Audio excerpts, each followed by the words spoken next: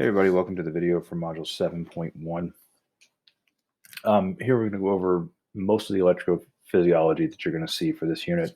The following videos and PowerPoints in this unit are just going to be some extra help and a little bit more detailed into some of the topics that we're going to talk about, but mainly all of the information can be found in this module specifically. So as I said, the subsequent videos in Module 7 are just going to be a little bit more in detail about what some of these topics are. So let's examine some of the fundamentals of the nervous system by looking at the nervous system and neural tissue. First, let's talk about the basic structure and function of the nervous system. And the function of the nervous system are to use sensory receptors to monitor change in both inside and outside of the body, and it's called the input, to process and interpret sensory information, interrogation.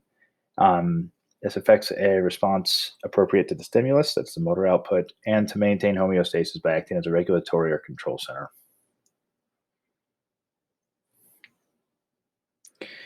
There are a few divisions of the nervous system. We start off with the central nervous system, or the CNS, which is composed of the brain and spinal cord, and this is the seat of all mental activity. It interprets sensory input and dictates motor response based on past experiences, reflexes, and current conditions. You have the peripheral nervous system, or the PNS, which is composed of the cranial and spinal nerves, and these are the communication lines between the CNS and the rest of the body. And there are two divisions of the peripheral nervous system. You have the sensory division, so the afferent, and that conducts impulses from sensory receptors to the CNS. And sensory receptors are within somatic, so skin, muscle, and joints, and visceral, which are the organ systems. The sensory division is considered the input region. And then the second is the motor division, which is the efferent side. And this consists of the motor neurons, which conduct impulses from the central nervous system to the effectors, such as the muscle or the glands. The motor division is considered the output region, and the motor division is further subdivided into two more, which you can have the somatic nervous system, which is a voluntary system that conducts impulses from the CNS to the skeletal muscle systems. You have the autonomic nervous system, which is the involuntary because it conducts impulses from the CNS to the cardiac muscles, smooth muscles, and glands. And then you also have the sympathetic nervous system, which mobilizes the body during emergency situations such as the fight or flight response. And then the parasympathetic nervous system, which conserves energy and promotes non-emergency functions such as the rest and digest phases. And this is just an additional slide showing you the organization of the nervous system that we just talked about. It gives you some additional details that I mentioned previously. Neural tissue. Nervous tissue is composed of densely packed intertwined cells in two specific types. The neurons, which are the functional cells of the nervous tissue that are responsible for receiving, interpreting, and sending stimuli. And neurons exhibit several unique characteristics. They're excitable, in which neurons possess polarized membranes which allow them to conduct messages in the form of nerve impulses from one part of the body to another. They exhibit longevity. Neurons can function for about 100 plus years. The neurons you're born with aren't essentially the same number of neurons that you die with. They have a high metabolic rate, so neurons can't survive more than a few minutes without oxygen, glucose, or ATP, and therefore they possess a large number of mitochondria and tremendous vascularity. They can be large, so neurons are among some of the largest cells in the body, and they are amitotic. And most CNS neurons lose their ability to divide after they assume the role as communication lines, so they do not possess centrioles, and PNS nerves may regenerate. Right, so there's some parts to the typical neuron. We have the cell body, which is also called the soma. It's a large metabolic region where the cell and the nucleus is located. Closer to cell bodies in the CNS are often called nuclei, and closer to cell bodies in the PNS are also normally called ganglia. Neurons possess large numbers of rough ER clusters within the cell body that form these things called micelle bodies. And the cytoplasm surrounding the nucleus is called the perikaryon, and it contains numerous neurofilaments that make up the cytoskeleton of that neuron. All right, you also have the processes, and cellular processes are either called the tracts in the CNS or the nerves in the PNS, and among those include the dendrites, which a neuron process which possesses a large surface area because of its numerous branches that are known as the dendritic spines. And these receive chemical signals as well as conduct electrical signals towards the cell body. These electrical signals are not nerve impulses. They are called graded potentials. We also have axons, and axons are capable of generating action potentials and transmit nerve impulses away from the cell body during axioplasmic transport. So whenever the signal travels from the axon terminals back towards the cell body, it's called retrograde flow. The plasma membrane that surrounds the axon is called the axonema, while the cytoplasm is called the axoplasm. The axon forms a tapered area called the axon hillock, and this is the trigger zone because graded potentials must reach this area of the neuron before they can convert it to action potentials.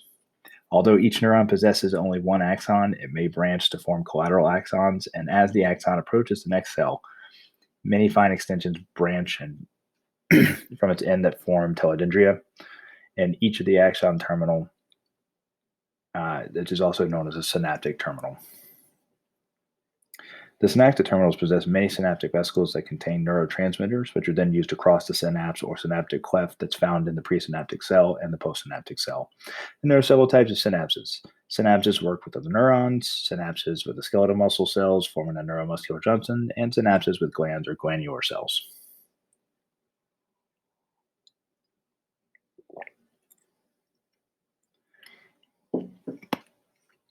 Another part of the typical neuron, you have the myelin sheath.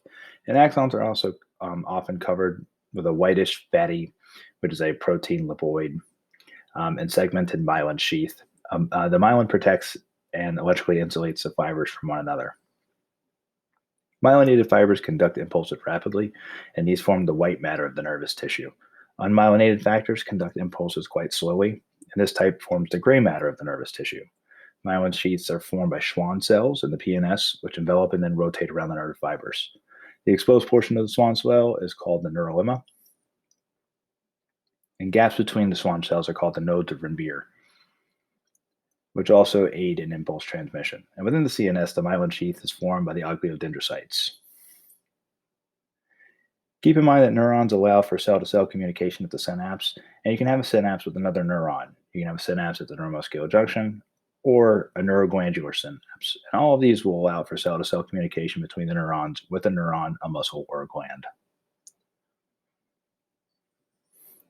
So I'm going to get into a little bit of the classification of neurons. Neurons are classified by their structure, meaning the number of cell processes. So you have axonomic neurons, which lacks the features that typically distinguish dendrites from axons. All cell processes kind of look alike, and they're found between the brain and the special sense organs. Their functions are poorly understood, so we don't really know what's going on there. You can have bipolar neurons, which have two cell processes, one dendrite and one axon. Bipolar neurons are rare, but they can occur in the retinas of the eye and within the nasal mucosa. You have unipolar neurons, which the dendrites and the axons are continuous and basically fuse with the cell body that are located off to the side. And most sensory neurons are in the PNS or unipolar. You can also have multipolar neurons. Have one axon and two more dendrites. And these are the most common neurons of the CNS, and all motor neurons that control skeletal muscles are multipolar neurons. Neurons can also be classified by their functions. So you can have afferent or sensory neurons, and these transmit impulses from the sensory receptors towards the CNS. Unipolar neurons, which are skin or internal organs of the CNS for interpretation, and bipolar neurons, which are special sense organs. You can have the interneurons or the association neurons, which transmit impulses within the CNS, which are usually sensory or motor, and these are found in the CNS, so the brain and the spinal cord only, and mostly multipolar in about 99% of all neurons. Or you can have the efferent neurons or the motor neurons, and these transmit impulses away from the CNS to the organs and the glands. And almost all motor neurons are multipolar. And multipolar neurons have the cell body located within the CNS and the axons from the neuromuscular junction with the effector cells.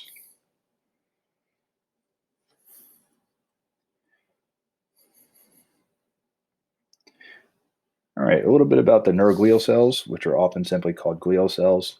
So neuroglial cells feed, protect, and insulate neurons, and it's estimated there are about 700 to 900 neuroglial cells per neuron.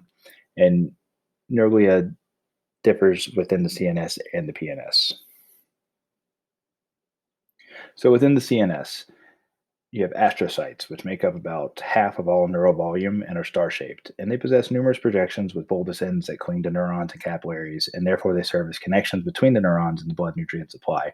And this is called the blood-brain barrier. Astrocytes control the chemical environment around neurons by regulating ions, nutrients, dissolved gases concentrations, and hormones. They also absorb and recycle neurotransmitters that cannot be broken down, and they form scar tissue after injury. You also have the microglia, which are ovoid cells, which are highly branched processes. And these act as macrophages that engulf microbes and dead neural cells, as well as remove cellular debris, waste product, and pathogens. You have the oligodendrites.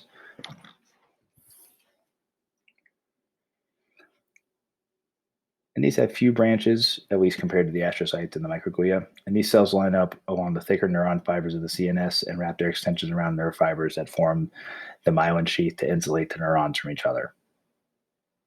You can also have the epidermal cells. And these line the central cavities of the brain and spinal cord, creating a barrier between the CNS cavities and the tissues surrounding the cavities. The epidermal cells assist in producing, monitoring, and circulating cerebral spinal fluid, which is also called CSF. And they use their cilia to circulate the CSF within the cavities of the CNS. All right, within the PNS, you have Schwann cells, and these form the myelin sheath around large fibers in the PNS, and they also act as phagocytic cells that engulf and damage or dying nerve cells and are important in directing the processes of regeneration.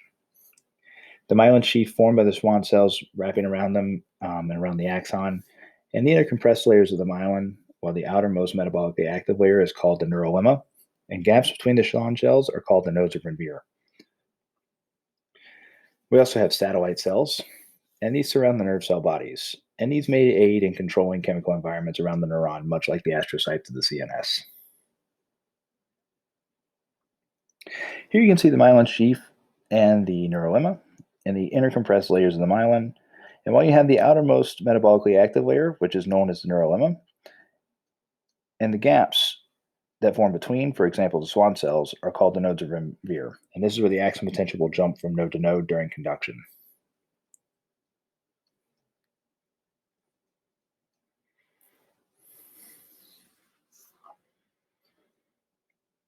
So the sensory motor response is shown here, and we'll talk about the sensory motor response in a little more detail.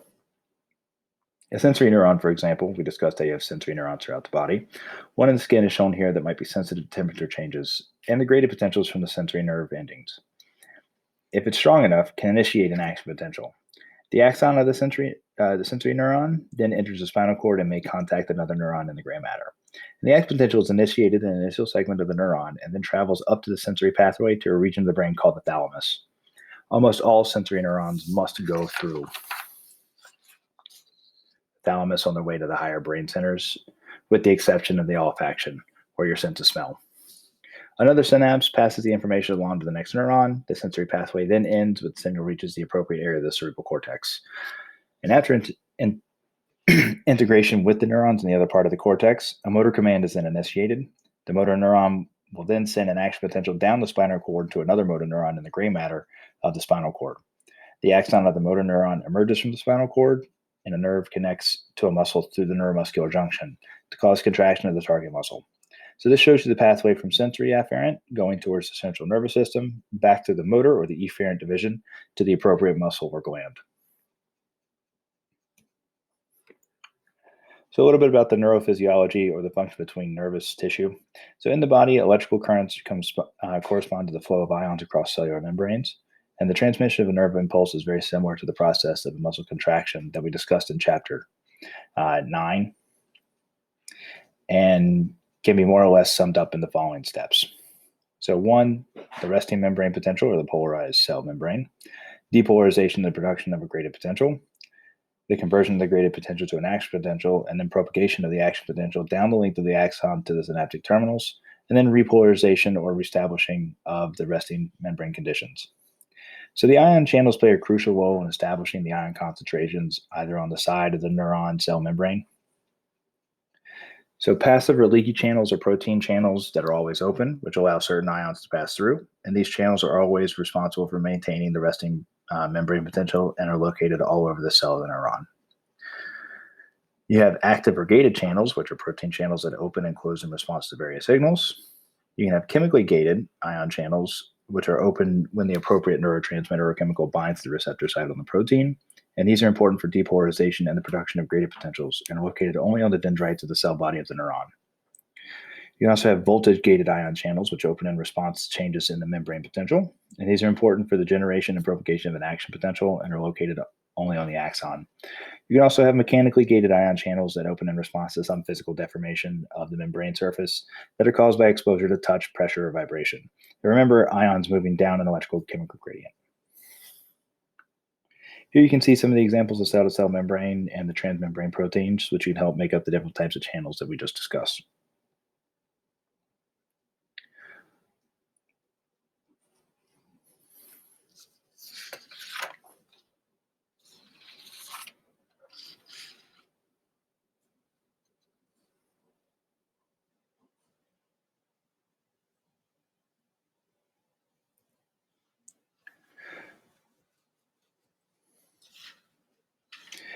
So you can have active or gated channels. These are protein channels that open and close in response to various signals. For example, a chemically gated ion channel open when the appropriate neurotransmitter or chemical binds the receptor site on the protein, and these are important for depolarization and production of degraded potential and are located only on the dendrites in the cell bodies. You have mechanically gated ion channels, which open in response to physical deformation of the membrane surface and caused by exposure to touch, pressure, or vibration. You know, voltage-gated ion channels, which open in response to changes in membrane potential, and these are important in the generation and propagation of an action potential, and are located only on the axon. You can also have passive or leakage channels, and these are protein channels that are always open and allow certain ions to pass through. And these channels are responsible for maintaining the resting membrane potential and are located all over the surface of the neuron. This shows the location of those channels.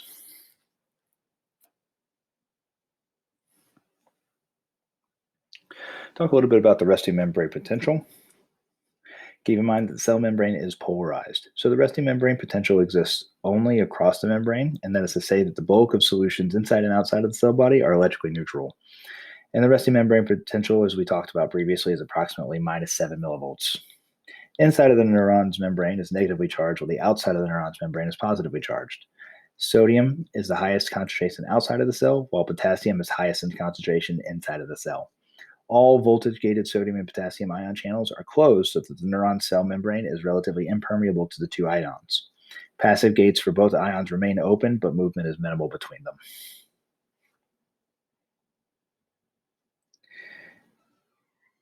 And we can measure the resting membrane potential using a voltmeter, and that's to help you see the distribution of charges across the cell membrane.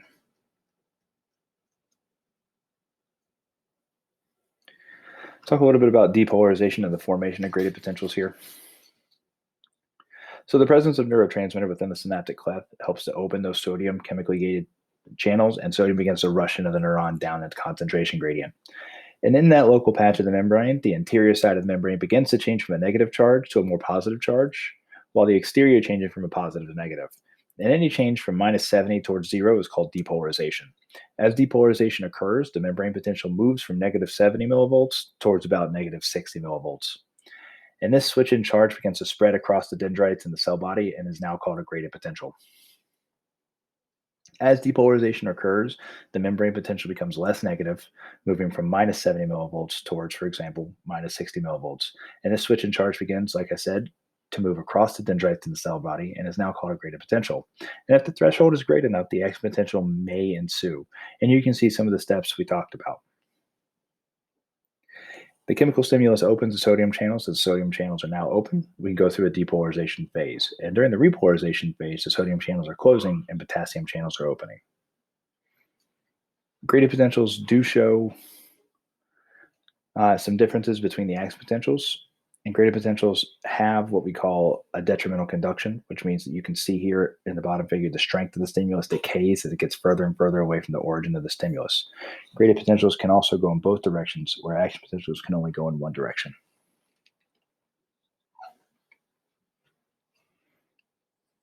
Here we'll talk about a little bit of the propagation of an action potential. If the graded potential reaches the axon hillock, the voltage-gated channels within the axon hillock open, which causes the sodium ions to flow into the axon, which switches the charge across the axonema. This causes the voltage-gated channels to start opening all the way down the axon, and the action potential now moves towards the length of the axon.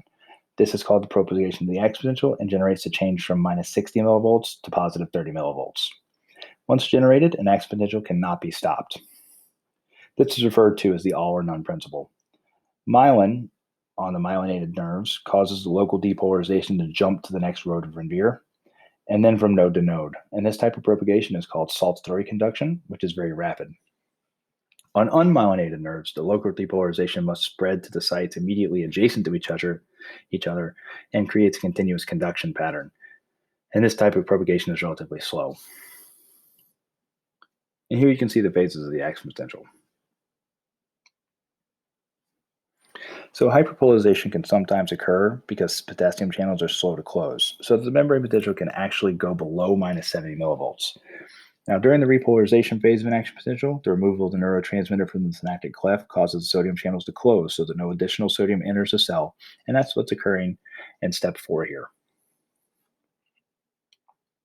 The rapid outflow reduces the number of positive charges within the cell, causing the charge to switch back across the membrane potential from positive 30 millivolts to minus 70 millivolts. The membrane now goes back to positive outside and negative inside. And again, because the potassium channels can stay open longer than the membrane, this causes the membrane to become hyperpolarized, which is shown in step 5. And that's approximately minus 90 millivolts or so. At this point, the sodium potassium pump is signaled on the pump's 3 sodium ions in to the outside for every 2 potassium that are pumped inside. And this reestablishes the resting location of the ions while also reestablishing the resting membrane potential of minus 70 millivolts. And that's in step 6 here in the figure, where the membrane potential says return to its resting state. Remember, graded potentials are different from action potentials. Graded potentials can produce temporary changes in the membrane voltage, and the characteristic does depend on the size of the stimulus. Some types of stimuli will cause depolarization of the membrane, but other types can cause hyperpolarization. And it depends on the ion channels that are activated in the cell membrane. So as you can see here, a small stimulus causes a small depolarization of the cell membrane. A larger stimulus causes more depolarization. A stimulus that lasts longer because of a longer depolarization than a larger stimulus that goes beyond the threshold level may trigger an action potential, and this might result from sodium ion channels opening because sodium ion channels generally depolarize the membrane and are excitatory. Some stimuli might result in hyperpolarization, and this might be, for example, because of the potassium channels opening. And again, the stimuli may produce different types of hyperpolarization depending on the stimulus and how long that lasts. Inhibitory postsynaptic potentials, or IPSPs. In these potential summations can be the sum of the summation together. As shown at point B, where a mix of the excitatory and inhibitory postsynaptic potentials can result in an action potential at the axon hillock. Now the graded potential reaches the axon hillock, voltage-gated channels within the axon hillock open and cause sodium ions to flow into the axon, which can change the charge across the axonema. The propagation of an action potential can vary based on the level of myelination. Once generated, the action potential cannot be stopped, and that's referred to as the all or none principle, like I discussed earlier. In bare plasma membrane, the voltage would decay and it goes across along the axon because there's current links across the membrane. If an unmyelinated axon, the voltage-gated sodium and potassium channels can regenerate the action potential at each point along the axon so that the voltage does not decay. In a myelinated axon, the myelin current does not decay as much, and the action potential is generated only in the nodes of Ranvier. And so the action potential jumps from node to node, and this type of propagation is called salt-story conduction and it's very rapid. So myelin on the myelinated nerves causes the local depolarization to jump to the next node and from node to node.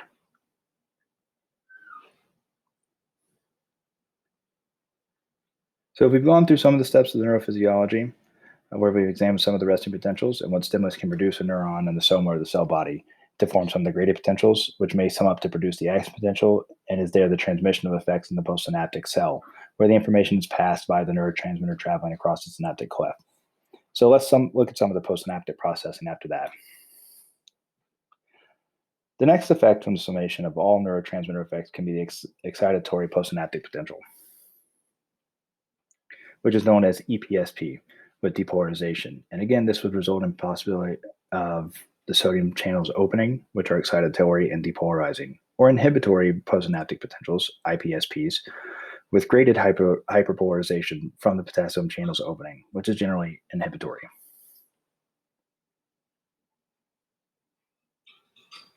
And there are different classes of neurotransmitters that you should be familiar with as we go through the rest of this. There are cholinergic transmitters, such as acetylcholine, which is excitatory in skeletal muscle. You have biogenic amines, and some classes of those are dopamine, norepinephrine, epinephrine, serotonin, which alters your mood, sleep, appetite, and anger. And these are generally inhibitory and also act as histamines. And two classes of amino acid transmitters that you should be familiar with are GABA, or GABA aminobutyric acid, which is inhibitory, and glutamate, which is excitatory. And then peptides, or classes of peptides, and to be familiar with are endorphins and enkephalins, which are inhibitors. And these are your opioids. Glutamate is very important in memory and learning, and GABA open chloride channels and can have indirect effects on potassium, thereby demonstrating its inhibitory effects. And there are several different receptor types, two of which are noted here.